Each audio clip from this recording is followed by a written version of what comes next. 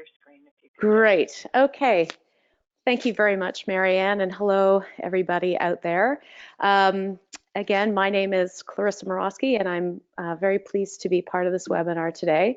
I'll quickly give you a quick rundown of who I am and why I'm here today. So I've been in this business for about 20 years. I am the principal of CM Consulting, which is Canadian. I'm Canadian, and I've been working on extended producer responsibility for packaging as well as other products for that time. And my clients have generally been government, industry, and the NGO sector. But more recently, I moved my family to Europe, and I'm the managing director, actually CEO now, and co-founder of the Reloop platform, which we founded in 2015. Reloop is an international organization, and it's basically founded on the principle of working on issues which have broad support from all three sectors, governments, industry, and NGOs, in line with transitioning to a circular economy. Now, of course, transitioning to a circular economy depends on the development of policy drivers that keep resources within the economy. And that's where Reloop does all of its work right now, is focusing on policy. And just real quickly to show you what are the sort of the 5 key issues that we're working on right now, is that we're very much involved in pushing for mandated minimum recycled content in products and packaging. We are very active on increasing the market share of reusable packaging, both business to business, transport packaging, even some industrial packaging, but also business to consumer, both food-based and non-food-based consumer packaging. We have been, and in fact, I've been working on effective implementation of new rules for recycling and calculation methods, reporting and transparency more recently, but also for most of my professional career, as well as the introduction of deposit return systems for beverage containers. And finally, the expansion and improvement of existing collection and sorting systems, which I think we're all facing both in Europe and in America. So to my presentation. Before I start, I just want to say that my goal in this next half hour or 25 minutes is to give you all a really good understanding of what has occurred in Europe over the last 3 years. And I can honestly say that in my career of 20 years or 25 years, I have seen more change in the last 3 years than I've ever seen before in all of those years. So there's a lot to tell you. I'm going to go at a pretty quick pace. I'm really glad to be speaking to an American audience for a change, so I can speak fairly quickly. And I know that most of you are already sort of in the business, so hopefully we can get a lot covered. So the first thing you need to know is what came out of Europe back in 2015 was something called the Circular Economy Package, and everything comes from this package, basically. There's a legislative proposals, which were amendments to existing laws in Europe. Many of you will have heard of the Waste Framework Directive or the Packaging and Packaging Waste Directive that have been around, actually in some cases for decades. But these are amendments to those laws to update them. And the second was a communication, which was basically an action plan for the circular economy. So it wasn't a law per se, but it was more of a plan. I'll call it soft law. And this is the foundation of the big development that's occurred in Europe. So moving ahead to the hard law, this is the final sort of, I'll say, the top line list. There's obviously a lot of amendments that have been made, but these are sort of the more important ones for our discussion today. So the first was, now this was published in May, so this is the law today, a cap on landfilling of 10% by 2035. So a nice long target, but also just a note on this, it's very aggressive. And some of you might be thinking that this will mean the increase of incineration in Europe, moving away from landfill where landfilling still exists. And that may be a reasonable way of thinking, but I will say that there is a general movement away from incineration by both the European legislative community, which has been discussed in a specific communication moving away from incineration, and also from the banking community in Europe. So the idea being, if you got a lot of money, capital investment like MRFs and sorting equipment and trucks and composting facilities, etc. The second one is a 65% binding target for recycling of household waste, which is packaging plus other household waste, including, furniture and textiles and electronics and household hazardous waste, etc. Of interest to this group are the new packaging targets, and here they are listed for both 2025 and 2030. Of particular interest are what I would say are pretty aggressive plastics targets of 50 and 55, but also aluminum, glass, and paper. What's even more interesting, perhaps, is the new recycling calculation. So while you have even higher targets than we had before, we also have a brand new method to calculate those targets, which effectively moves the point of measurement to the input into final recycling after all sorting has already taken place, which effectively means that contamination and any losses must be removed from the weight of recyclables being reported. And I'm going to talk a little bit more about that in a second. The other big significant change is that producers for EPR will be required to pay for up to 80% of the costs as a minimum for all new EPR programs and 50% for any that are already in existence. So just like in America, if the federal government is to introduce a law, states need to meet that base that's in the law, and they can choose to do something even more aggressive. And in the same way here, member states, which are 28 countries making up 500 million in population in Europe, this is the base. So you can easily have an EPR program on packaging that is going to be 100%. There are several countries already where producers pay 100% of the existing EPR program, like in Germany, for example. So back to the recycling calculation. It basically gets down to this. This is a great picture from Norway, our friends in Norway. And you can see here that typical ketchup bottle and the weight of a ketchup bottle that could end up in a yellow bin or a blue bin. Here in Europe, the recycling bins are typically yellow. I know in America and Canada, they're blue. So if I say yellow bin, I'm talking about recycling. And then you have an empty, like, bottle, which is 81 grams, and then a clean bottle, which is 52 grams. So you really get a sense in terms of what contamination can represent towards the tonnage and how it can misrepresent recycling rates. So as a result, there is a new actual rules being written which talk about where that point of measurement is. And simply put, if we look at glass, it's the sorted glass that does not undergo further processing before entering a glass furnace. So effectively what we're talking about is the glass that would come out of a beneficiator like SMI, furnace ready material. That's the point of measurement. It is no longer the glass that comes out of the MRF. Jumping down to plastics, the point of measurement is the plastic that is separated by polymer type, i.e. PP, PET, HDPE, etc., not a mixed bale, and that does not undergo any further processing before entering pelletization, extruding, or molding into operation. So it is almost the same as the output, the final product, and they could have written it that way, but for various political reasons they didn't. But suffice to say, it is a long way away from existing measuring points, both in Europe, in Canada, and in America, as we all know. So this will have a major impact on meeting the targets, because as a very simple example, we know that for plastics, PET particularly, as reported by NAPCOR in America and PETCOR in Europe, the average yield loss rate is about 30%. So that's going to have a real big impact in terms of meeting those objectives, just to give you an idea of how aggressive they really are.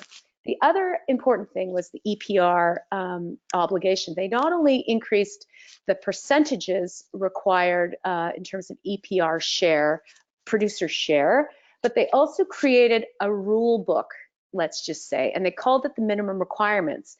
And what's interesting is it's called Article 8A, and you can Google it. It's in the Waste Framework Directive, and it was an add-on to the EPR article that was already there. And it was effectively brought forward. It was initiated not by the Commission, it was initiated by municipal waste authorities under the heading of the Municipal Waste Europe Group, and brand owners under the heading of Europen. And they came together and they realized that there was a lot of EPR going awry in some countries, in many countries, frankly, in Europe, for various reasons, and they decided to put together some guidance or minimum criteria on what should be in your standard EPR program. And that was modified a little bit, but not pretty well not. It had bipartisan support.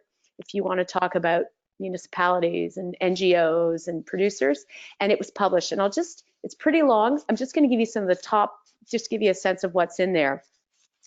Defining that EPR systems must clearly define roles and responsibilities, set waste management targets, make them publicly available, make the EPR program's ownership and membership public. A lot of this is around transparency, making the financial contributions paid by producers of products per unit sold or per ton public, ensuring a good reporting system is in place to make sure that all producers have to report what's been put on the market, equal treatment to producers, a clearly defined geographic coverage and product coverage that's defined properly, no loopholes, put in place adequate self-control mechanisms, etc. And here's the big one, that the program must pay for costs of collection, transport, and treatment or processing. So where in the old days it was stopped often and just paid for processing, now producers will be responsible to pay for a portion of all of those costs, and that's determined by the member state. There are also some new changes coming on the essential requirements for packaging, which Victor's going to talk about, and also some guidance on modulated fees, which Victor's also going to talk about. So I'm going to leave that to Victor. Before we get into EPR, and Victor's going to cover a lot of that, I just wanted to throw an alternative model on the screen. Many of you are familiar with your typical EPR law that has all of the rules and regulations and generally elects one organization to collect the funds and contract out services and pay municipalities and that sort of thing. Sometimes you have several organizations that do that. But I wanted to throw out something that's completely different, and something that, in my experience in Europe, I actually see as the most elegant, fair form of EPR that exists today. So I'm just going to throw it out there, and it's the Norwegian EPR model. And basically what it is a tax system, and it's called the Antilitter fee. And if you put packaging on the market, you pay based on what the recovery rate is for that packaging. So on the right, you'll see this chart that basically says, you have to reach 95%, and anything under 95% you're going to pay. And for every single percentage point that you don't hit, you're going to pay. How much are you going to pay? And this is why it works. If you look at the last column, this is the tax per unit in euros, which is fairly close to US dollars per unit. So we're talking about, for every percentage point under that 95%, producers have to pay about 50 cents a unit for a glass bottle, or 33 cents a unit for a plastic bottle to put it on the market if they don't hit high recovery rates. So it's no wonder then that there's this huge voluntary initiative by producers to create or join existing EPR systems that will tackle their specific packaging so that they can hit or get close to that 95% rate, because there's a real economic driver there. So as a result, just for the beverage containers alone and packaging, you have 4 different EPR systems. And to the right of the screen, you'll see your standard green dot system, which operates just like most green dot systems. And you also have a deposit system. And those systems operate together, and it's the producer's choice to choose which program they want to go into based on this huge tax system that pushes them towards high recovery rates. It's a very interesting example of EPR.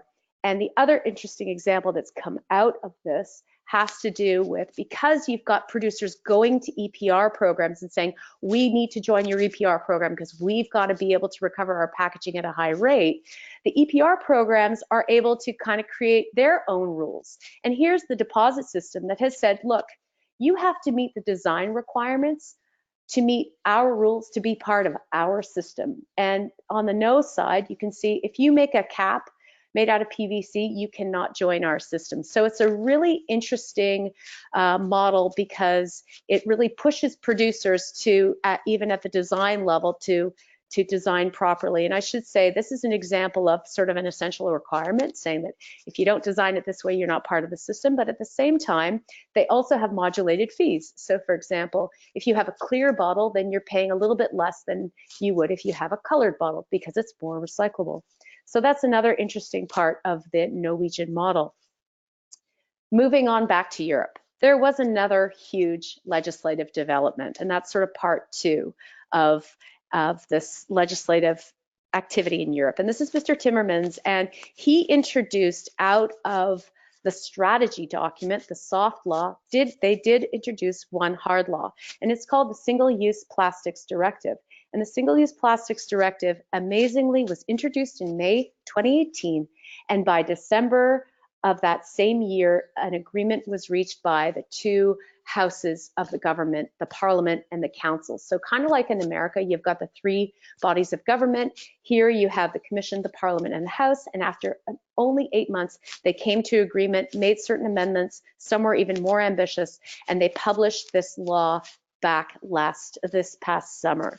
So here is a quick summary of what's in this law. First, there are a list of products that will be banned from the European marketplace by 2021. Here is the list, and the specific definitions for those products are being elaborated right now, and those specific definitions should be published by around spring of 2020. So product bans. Number two is producers of specific single-use products must pay into EPR programs that must cover the costs of transport, collection, transport, treatment, and this is the big one, the cost of cleaning up litter and awareness raising. So these are the products below that some of them are already packages, but some of them are not covered in the packaging directive, so they're actual products like the wet wipes, the balloons, tobacco products with filters. So these producers are going to have to pick up all of these costs. Now, obviously, some of these products aren't recyclable, but they're still going to have to, in some way, cover the cost of collecting, transporting, and treating, which would be incinerating or landfilling them in Europe. All of the details around, for example, how do you calculate the litter cost, what's fair, all of those guidance documents are going to be prepared sort of over the next year and 2 years by the Commission. So keep an eye on this. The other key piece is product requirements. So any single-use plastic beverage containers must have their caps or lids tethered or attached to the container during the product's intended usage, and that's going to be in place by 2024. And there'll be guidance on what the design of the tethers need to look like, will also come out in the next few years. And beverage bottles must have recycled content of rPET for PET bottles of 25% by 2025, and all plastic beverage bottles 30% by 2030. So that's another huge development in this new law. And the final one, which is my own personal favorite, is Article 9, which basically sets out a collection for recycling target for beverage bottles with a capacity of up to 3 liters, including caps and lids, of 77% by 2025 and 90% by 2029. We talked about what recycling means now, and there's a new point of measurement, so you can see that these are extremely aggressive targets for plastic beverage bottles. The law continues to say you can do it via a deposit return scheme, or you can establish separate collection targets for an EPR program, and the producers can figure out another way of getting those high targets. So that is essentially the Single-Use Plastics Directive. So now you have heard both the legislative amendments to existing laws, what are the top line items, and also the new Single-Use Plastics Directive. And they've all been published, so this is a for sure. So what does it mean in terms of trends? As I have 9 minutes left, here are some trends to consider. First, yes, much higher targets for packaging. That's an interesting trend. A new way to calculate. More pressure around plastics in the marine environment. And here I refer to, of course, we've all been inundated with the photos on the internet of plastics in our environment, and everybody's sort of bringing it up more and more, and we're starting to hear about it more and more in terms of policy developments. Yes, there's a rising share of financial obligation for producers. This is not just in Europe. There's already EPR laws being written all over the place in South America, in Uruguay, and Chile. They're talking about it in Africa, in Tunisia, in Morocco. It's happening everywhere. So that's also a big trend. And we're seeing, of course, an increasing need for post-consumer resin to meet company recycled content goals. Now, I told you a little bit about what's being legislated for the first time. Yes, California has recycled content requirements for plastics, but we don't really see them in other parts of the world, but now we see them for the first time in Europe. That's 25% recycled content for PET. But we also know there's a lot of voluntary goals by companies. One such example is the European Federation of Bottled Waters, interestingly enough, came out with a goal or a commitment for 90% collection of PET bottles by 2025, 4 years before the European target. They also have committed to 25% recycled content in their bottles by 2025.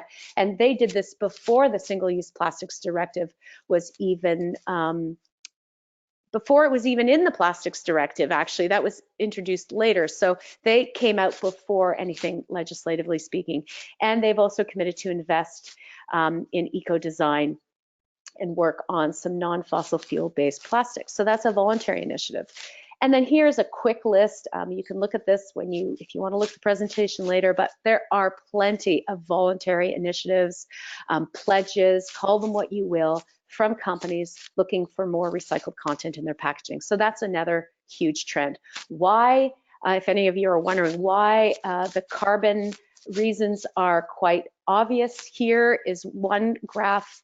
There are many. They all have the same huge dramatic slope, where as you increase the percent of recycled content in your product, in this case it's plastic bottles, the carbon footprint goes way, way, way, way down. And I think that's consistent for most packaging products. So that's why content is becoming a driver in terms of policy, because it's connected to climate. Another key trend in Europe is the development of deposit return programs. It may be because those countries, 9 out of 28 in EU, already have an average, a median and a mean of 90% for plastic bottles where they have deposit systems. It's probably for that reason why the Commission legislated a 90% target for beverage containers, plastic beverage containers, because it seems to be best in practice. Here is a map of Europe. I'll just sit on it for a few seconds and walk you through it. The dark green countries are those with deposits already in place. There are 9. There should be 9 on here. The light green are those countries that have recently legislated, and the dates are the dates that deposits should be in place. And the red countries are those that have made political decisions, but politics is politics, so we will see. And I can tell you, based on discussions happening next week and the week after in France, I don't think it's going to happen now in France, but chances are at some point it's going to happen, because they have to meet a 90% target and they won't meet it without deposits. So this is a very interesting change. A year ago, this map looked completely different. Of course, there's local authorities on the line. A lot of people are asking this question, well, what about the local authorities? I've been hearing this question for many, many years. What about the idea of having, EPR for all the packaging and setting up a really nice sort of green dot style system, and then having this program on top? 2 systems. It's inefficient. You're going to have more trucks on the road. It doesn't make sense. It's going to be bad for us. Local authorities are going to lose the most valuable materials in the waste stream. Well, we were curious about this at Reloop, so we did some research, and we found 32 studies. And you can get these studies on our website. Just go to fact sheets. They're all there. We've summarized them in this elegant little table, all 32 actually. It's about a 5-page document. And what we found is amazing, because every single study, while they were all totally different parts of the world. There was some from America, there's one from DSM, there was one from Reclay Consulting for some North American jurisdiction. They all said the same thing. And they said this: They said, yes, there will be a reduction of revenues from recyclables in your MRFs. You're going to collect less PET revenue. You're going to collect less aluminum revenue. But there's also going to be lower collection costs because you're going to be picking up less waste, less recycling, and less litter. Lower processing costs because you're going to be processing less volume, and lower disposal tip fees. So net, all 32 studies show that municipalities end up saving money. And you can get that on our website. So I wanted to give some of my recommendations as we near the final 2 minutes of my presentation. If somebody were coming to me and said, okay, we're writing EPR laws in America, what do you suggest? So here are some top line suggestions based on my experience of the failings of EPR in Canada and in Europe. The greatest failing of EPR is not producers and not the PROs and the different PROs that exist, PROs being producer responsibility organizations. It's the failure of government. And effectively, I think government's made a mistake that they've often just handed over the obligation and said, okay, we're going to put producers in charge. We're going to set up some rules and regulation, but we're going to let them do it. And they effectively handed over too much, and it included their oversight and monitoring responsibility, which does require some expertise. It requires somebody in government or an arm's length oversight body of government to truly understand the science, the statistics, the processes, to know what to look for, to ask the right questions. Because to simply receive a report from a bunch of producers that are engaged in an EPR program is not good enough. And that is why so many of our systems have not performed as well as they could have. So please, governments, make sure that you maintain some oversight and monitoring responsibility. The second critical thing is to set high targets and set them at a granular level. When I say granular, I'm talking about be as specific as you can in terms of material types and product types. So if you set a target on plastic packaging, then you're going to get a whole bunch of different plastics all pooled together in one group, potentially, where you've got the performers like the PET and the non-performers like the polystyrene and the polypropylene. And there's an unfair advantage for those producers of packaging that doesn't perform as well. You need to be as specific and granular in your targets as you can, and that's where you're going to get a real producer-initiated